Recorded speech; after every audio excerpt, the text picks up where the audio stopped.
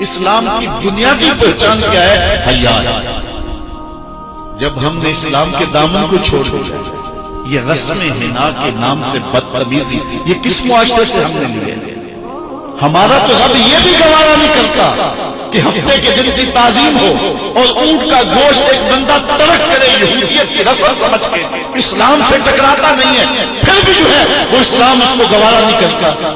اور کیا بہنوں بیٹیوں کا تماشا لگایا اور نیند رہتا بیٹیاں لوگوں کی شہوانی نگاہوں کے سامنے ہیں، اور باپ بھی کھڑا ہے اور بیٹا بھی کھڑا ہے، نہ باپ کی آنکھوں میں حیا ہے، نہ بیٹے کی نظروں میں حیا ہے، نہ بھائیوں میں غیرت ہے، اور کہتے ہیں اللہ کی رحمتیں ہمارے اوپر نازل ہوں۔ یہ تو شکر کرو پتھر نہیں برستے محمد ربی کے قدموں کا، اگر ان کی رحمت نہ ہو درمیان میں ابھی آگ لگ جائے دونوں جہاں۔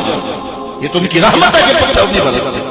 پچھلی قوموں نے ایک ایک جرم کیا، کسی کے اوپر پتھر برسے، کسی کے اوپر خون برسا، کسی کو ایسا زلزلہ آیا کہ نیچے والی جگہ اوپر اور اوپر والی کشتیاں نیچے، لیکن اس امت پر ایسا نہیں ہوگا۔ اللہ کہتا ہے محبوب تیری وجہ سے، ورنہ حضور نے فرمایا کہ یہ امت پچھلی امتوں کے قدموں پر قدم رکھے گی۔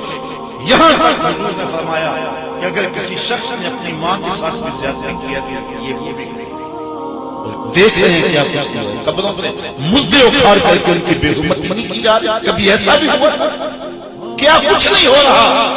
تم کہتے ہو کہ ہمارے اوپر اللہ کی رحمتیں نہیں اترتی، میں کہتا ہوں شکر کرو پتھر نازل نہیں ہوتے، اور یہ صدقہ ہے محبوب کی کالی کملی کا۔ اور اللہ نے فرمایا ما کان اللہ لیعذبہم وانت فیہم، محبوب تیری وجہ سے میں عذاب نہیں اتارا ورنہ پیس گیا۔ تو ہم اپنے آپ کو دیکھیں، اپنے کردار کو دیکھیں، اپنے حوالے کو دیکھیں، سر سے لے کر پاؤں تک ہم اسلام میں آ جائیں، چھوڑیں آدھا تیتر آدھا بٹیر، جہاں جی چاہا اسلام کے دامن میں آ گئے اور جہاں جی چاہا ادھر چلے جائیں، مسجد میں بھی چندہ دیا اور ہوٹل میں بھی شراب دی، رب بھی خوش رہے شیطان بھی راضی، ایسا نہیں ہو۔ رب کہتے ہیں نہیں کرے میرے ہو تو پھر میرے۔ کوئی بھی غیرت مند محبوب نہیں جو ہے تسلیم کرتا کہ میرا محب کسی اور کی طرف نظر اٹھا کے بھی دیکھے، تو رب سب سے بڑا غیرت مند ہے، وہ نہیں چاہتا میرا ہو کسی اور کی طرف۔ تم کون ہے مغربی تہذیب لگتی کیا ہے تمہاری؟ اپنی ملت کا قیاس اقوام مغرب سے نہ کر، خاص ہے ترکیب پہ تجھے قوم رسول لے آیا۔ تم غیروں کی نکالیاں کرتے پھرتے ہو، تمہارے سامنے سیدہ عائشہ کی سیرت موجود نہیں ہے، تم مغرب کی تینوں بننے کی کوشش کرتے ہو۔ میری بیٹی تیرے سامنے محمد کی بیٹی فاطمہ کا نقشہ نہیں ہے، کدھر بھاگ رہی ہے؟ یہ بال کھول کے بازار میں کون جا رہا ہے؟ یہ نیند رہنے کون جا رہا ہے؟ دیکھ محمد عربی تجھے کیا آواز دے، ان کا لہجہ کیا، اس کو سن اور زندگی کو اس کی مطابقت میں گزار۔ اصل ہمارے دل زنگ آتا ہے، اس دنیا کے اس ماحول نے ہمیں اس طرح کر دیا ہے کہ آج ہمیں سمجھ نہیں آ رہی ہم کدھر جائیں۔ علماء فرماتے ہیں جب دل زنگ آلود ہو جائے تو پاک لوگوں کی صحبت میں آ جائے، اور کثرت ذکر حضور نے ارشاد فرمایا لکل شیء سقالہ وسقالۃ القلوب ذکر اللہ، ہر شے کا زنگ اتارنے والی کوئی چیز ہے، دلوں کا زنگ لگ جائے تو اللہ کا ذکر کیا کرو، دلوں کا زنگ اترتا ہے۔ اور ایک اور حدیث میں حضور نے دلوں کا اور من کا میل اتارنے کے دو نسخے بیان کیے، ایک کثرت کے ساتھ موت کو یاد کرنا، کثرت کے ساتھ موت کا تذکرہ، اور دوسرا کثرت کے ساتھ جو ہے وہ تلاوت کلام۔ اصل 10-15 سالوں سے ہمارے ساتھ جو کچھ ہوا ہے، آج اگر کوئی تذکرہ موت کرے، کوئی آخرت کی یاد دلائے، کوئی عمل کی بات کرے، وہ کہتے ہیں یہ تو ویسے خوش کیسے کیا قبر کا مذاق ہو رہا ہے۔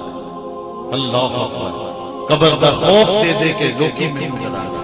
میں کہتا ہوں لوگ کون ڈرانے والے؟